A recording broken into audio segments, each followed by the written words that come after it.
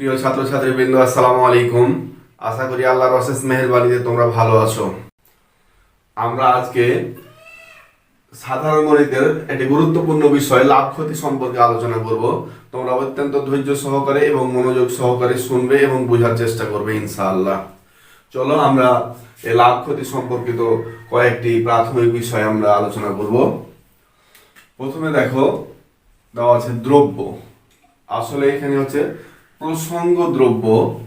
আমরা এখানে লিখব বিষয়টি হচ্ছে প্রসঙ্গ দ্রব্য, অর্থাৎ যে দ্রব্যটি বা যে দ্রব্যগুলি এখানে কেনা বেচা করা হবে। প্রসঙ্গ দ্রব্য বলতে আমরা বুঝবো যে দ্রব্যগুলি এখানে কেনা বেচা করা হবে। লাভ ক্ষতির অঙ্কের ক্ষেত্রে এই দ্রব্য বা প্রসঙ্গ দ্রব্য অত্যন্ত গুরুত্বপূর্ণ একটা বিষয়। আমরা গিয়ে বিষয়টা সম্পর্কে আগে সম্পূর্ণরূপে পরিষ্কার হতে হবে। যদি আমরা এটা বুঝতে না পারি তাহলে পরে কিন্তু লাভ ক্ষতির অঙ্ক করতে আমরা পারবো না। তো এখানে দেখো যে সংক্ষিপ্তভাবে আমরা বলি যে দ্রব্যগুলি আমরা কেনা বেচা করব সেখানে আমাদের খেয়াল রাখতে হবে অঙ্ক করার সময় প্রথমত আমরা যতগুলি দ্রব্য কিনেছি ততগুলি দ্রব্য বিক্রি করেছি কিনা। অর্থাৎ লাভ ক্ষতির অর্থনৈতিক যে হিসাব আছে সেই হিসাব নিকাশ করার আগেই আমাদের যে কাজটি করতে হবে সেটি হচ্ছে যে দ্রব্যগুলি আমরা কিনা বেচা করছি সেটার পরিমাণের দিক থেকে বা সংখ্যার দিক থেকে সমান আছে কিনা। অঙ্কে যদি সংখ্যার কথা বলা হয় তাহলে আমরা সংখ্যা দেখব, যদি পরিমাণের কথা বলা হয় তাহলে পরিমাণ দেখব, যে যতগুলি আমরা কিনেছি ততগুলি বিক্রি করেছি কিনা। এই ক্ষেত্রে যদি কেনা বেচাটা সমান পরিমাণে না থাকে তাহলে আমরা 5টি উপায়ে সেটি সমান করতে পারবো। দেখো যে টাকায় 8টি দরে ক্রয় করে টাকায় 6টি দরে বিক্রয় করা হলো। টাকায় 8টি দরে ক্রয় করে 6টি দরে বিক্রয় করা হলো। এরূপ যদি থাকে তাহলে দেখো যে আমরা 8টি ক্রয় করেছি আর 6টি বিক্রয় করেছি, তাহলে পরে এখানে কিন্তু আমাদের দ্রব্যটির কেনা বেচা সমান হয়নি। সেক্ষেত্রে আমরা 5টি উপায়ে এটা সমান করতে পারি।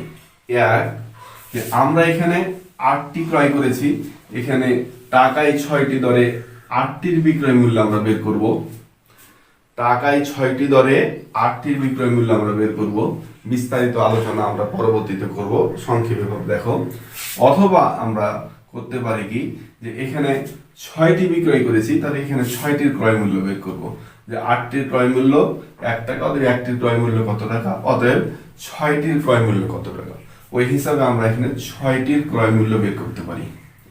তাহলে হয় 8 আমরা সমান করব, অথবা 6 সমান করব, অথবা আমরা 1টির ক্রয় মূল্য 1টির বিক্রয় মূল্য বের করতে পারি। যে টাকায় 8টি দরে ক্রয় করেছি তাহলে 8টির ক্রয় মূল্য 1 টাকা, অতএব 1টির ক্রয় মূল্য কত টাকা। অনুরূপভাবে 6টির বিক্রয় মূল্য 1 টাকা, অতএব 1টির বিক্রয় মূল্য কত টাকা। তাহলে পরে আমরা এখানে 1টি এবং 1টি অর্থাৎ সমান সমান সংখ্যক ক্রয় এবং বিক্রয় করব। তাহলে দেখলাম 1 নম্বরে এখানে 8টি ছিল ক্রয়, আমরা 8টি বিক্রয় করব, অথবা এখানে 6টি ছিল বিক্রয়, এখানে 6টি ছিল বিক্রয়, আমরা এখানে 6টি ক্রয় করব, অর্থাৎ 6টির হিসাব করব আমরা যে 6টির ক্রয় মূল্য কত, অথবা 1টির ক্রয় মূল্য 1টির বিক্রয় মূল্য দেখব, অথবা 4 নম্বর নিয়ম হচ্ছে 8টি আর 6টির ক্ষেত্রে 8 আর 6 এর আমরা লসাগু করব। 8 আর 6 এর লসাগু 24, তাহলে পরে এই 24টি করে আমরা ক্রয় বিক্রয় করতে পারি। তাহলে এখানে আমরা 24টির ক্রয় মূল্য বের করব, এখানে 24টির বিক্রয় মূল্য বের করব। তাহলে 24 সমান হবে, তারপরে আমরা লাভ ক্ষতির হিসাব করব। 5 নম্বর পদ্ধতি হচ্ছে কি, আমরা আনুমানিক যে কোনো একটা সংখ্যা ধরে নিতে পারি। এখানে আমরা 100টি ক্রয় করব, এখানে আমরা 100টি বিক্রয় করব, এখানে 50টি ক্রয় করব, 50টি বিক্রয় করব। এভাবে যে কোনো সংখ্যক আমরা ধরে নিতে পারি। লাভ ক্ষতির হার নির্ণয় করার জন্য এভাবে আমরা দ্রব্যগুলিকে অবশ্যই সমান করে নেব। তাহলে আমরা দেখলাম যে প্রসঙ্গ দ্রব্য দেওয়া থাকবে সে দ্রব্যটির যদি সংখ্যায় হিসাব দেওয়া থাকে তাহলে সংখ্যার দিক থেকে বা যদি পরিমাণের হিসাব দেওয়া থাকে প্রশ্নপত্রে, তাহলে পরিমাণের দিক থেকে এটা কেনা এবং বিক্রি করা দুটোই আমাদের কাছে সমান হচ্ছে কিনা, যে পদ্ধতিগুলো আমরা আলোচনা করলাম তার যে কোনো একটা পদ্ধতি অ্যাপ্লাই করলেই অঙ্কগুলি সমাধান করা সম্ভব। তো আমরা দেখলাম যে দ্রব্য কেনা বেচার পদ্ধতিটি। এবার দ্রব্য কেনা বেচার সমান সংখ্যক দ্রব্য কেনা বেচার মাধ্যমে আমরা ক্রয় মূল্য এবং বিক্রয় মূল্য পাবো। এবার আমরা দেখব এই ক্রয় মূল্য বিক্রয় মূল্য সম্পর্কে আলোচনা। আমরা জানি বিক্রয় মূল্য যদি বড় হয় তাহলে লাভ হবে, বা বেশি হয় তাহলে পরে লাভ হবে, আর বিক্রয় মূল্য যদি কম হয় তাহলে পরে সেখানে ক্ষতি হবে। আমরা দেখব যে ক্রয় মূল্য আর বিক্রয় মূল্য। এই ক্রয় মূল্য আর বিক্রয় মূল্যের মাধ্যমে লাভ বা ক্ষতির পরিমাণ আমরা জানতে পারি।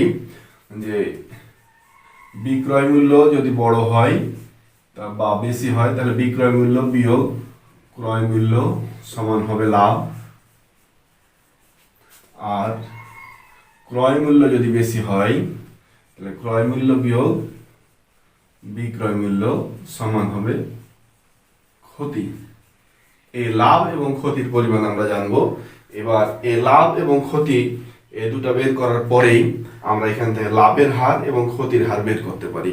আমরা জানি যে সংক্ষিপ্ত পদ্ধতিতে যদি বের করি আমরা, তাহলে পরে লাভের হার যদি বের করতে হয়, লাভের হার বের করতে হলে আমাদের দুটো বিষয় জানা লাগবে। একটি হচ্ছে লাভের পরিমাণ এবং ক্রয় মূল্য। লাভের পরিমাণ এবং আমাদের ক্রয় মূল্য জানা লাগবে, গুণিত 100 যদি আমরা দিই তাহলে পরে এটার মাধ্যমে আমরা পাবো লাভের হার, এবং ক্ষতির হার যেটা পাবো আমরা, এই ক্ষতির হার হচ্ছে ক্ষতির পরিমাণ বাই ক্রয় মূল্য গুণিত 100 দিয়ে আমরা পার্সেন্টেজ দিব। এভাবে আমরা ক্ষতির হার বের করতে পারি। তাহলে এই অঙ্কগুলো আমরা বিস্তারিতভাবে আরো কিভাবে করা যায় সেগুলো পরবর্তীতে আলোচনা করব। আমি সংক্ষিপ্তভাবে দেখালাম যে আমরা দ্রব্যগুলি সমান বিক্রয় করার পরে, আমরা সমান সংখ্যক ক্রয় বিক্রয় করার পরে ক্রয় মূল্য বিক্রয় মূল্য পাবো। ক্রয় মূল্য বিক্রয় মূল্য থেকে আমরা লাভ বা ক্ষতির পরিমাণ বের করব, সেখান থেকে লাভের হার আমরা এভাবে বের করতে পারি। তারপরে আমাদের দেখলাম যে লাভের হার বের করার জন্য লাভ এবং ক্রয় মূল্য দরকার, ক্ষতির হার বের করার জন্য ক্ষতি এবং ক্রয় মূল্য দরকার। তাহলে এখানে বিক্রয় মূল্য আমাদের প্রয়োজন নাই, তো আমরা আরো আলোচনা করব এখানে। আমরা দেখো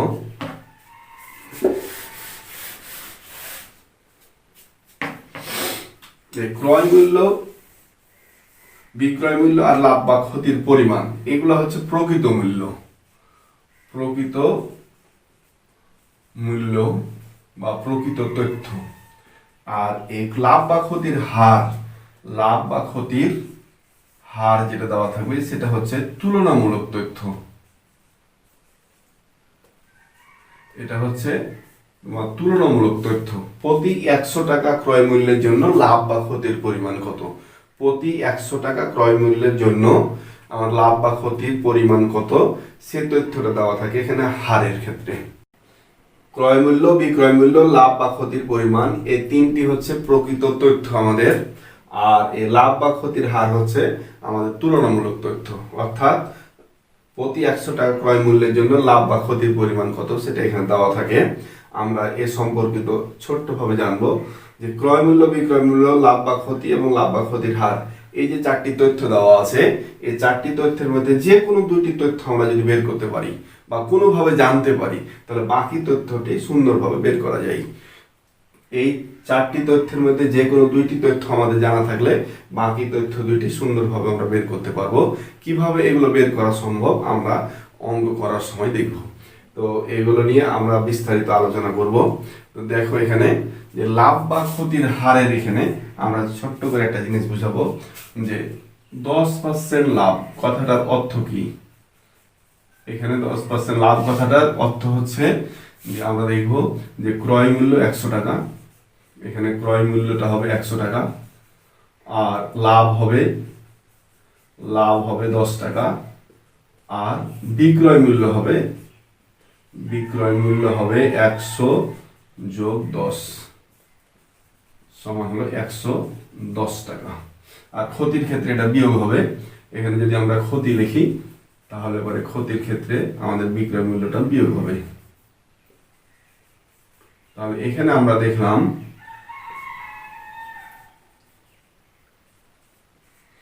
একটা বিষয় আমরা দেখলাম যে এই পার্সেন্টেজদের মধ্যেই আবারও তিনটা তথ্য দেওয়া আছে, ক্রয় মূল্য, বিক্রয় মূল্য এবং লাভ বা ক্ষতির পরিমাণ।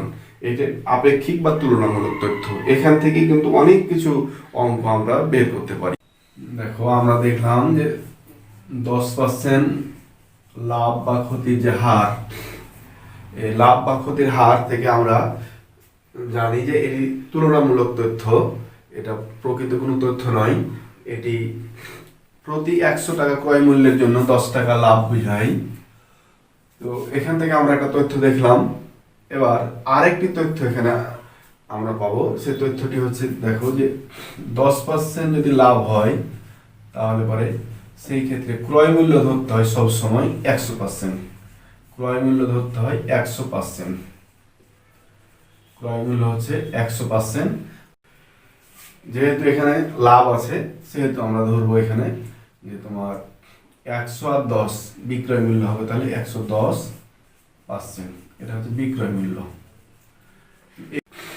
এখানে যে তথ্যগুলো আমরা দেখলাম এটিও তুলনামূলক তথ্য, তবে এখান থেকে সরাসরি অঙ্ক করা যায়।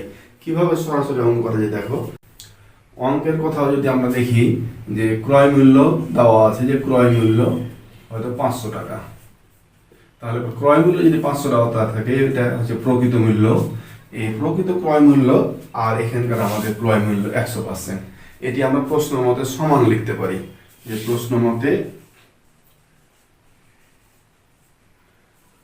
100% সমান হলো 500 টাকা, এটা আমরা লিখতে পারি।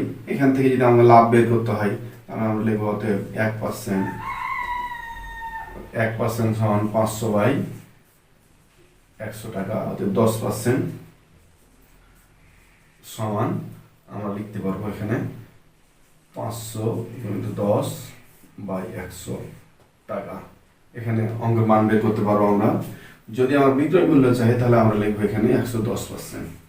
110% সমান আমাদের এখানে 110। তাহলে এখানে আমরা যে 110% পেলাম, এই 110% আমরা জানি এখানে বিক্রয় মূল্য। তাহলে এই 110% মান যেটা বের হবে সেটা আমাদের বিক্রয় মূল্য বের হবে। যদি অঙ্কে কোথাও দেওয়া থাকে বিক্রয় মূল্য 600 টাকা, তাহলে পরে আমরা লিখব প্রশ্ন মতে 110 সমান 600 টাকা। 110 এখানে বিক্রয় মূল্য আমাদের 110%, আর এখানে বিক্রয় মূল্য অঙ্কে দেওয়া আছে 600 টাকা।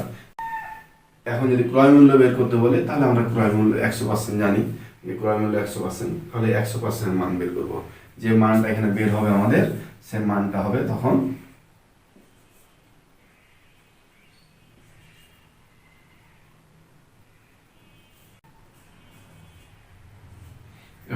যে মানটা আমরা বের করব সে মানটা 100%, যেহেতু মান বের করবো 100% মানে ক্রয় মূল্য, 110% হলো বিক্রয় মূল্য, লাভ 10%। তাহলে এখান থেকে 10% মান বের হলে লাভ বের হবে, 100% মান বের হলে ক্রয় মূল্য বের হবে, 110% মান বের হলে বিক্রয় মূল্য বের হবে। এভাবে আমরা অঙ্কগুলি করতে পারি। যা হোক, বিস্তারিত অঙ্ক করার সময় আমরা আলোচনা করব যে ক্রয় মূল্য বিক্রয় মূল্য জানা থাকলে লাভ বা ক্ষতির পরিমাণ বের করতে পারি, বিক্রয় মূল্য বা লাভ দেওয়া থাকলে ক্রয় মূল্য বের করতে পারি। এখানে 3টি তথ্যের মধ্যে যে কোনো 2টা থেকে আমরা অন্য একটা তথ্য বের করতে পারি।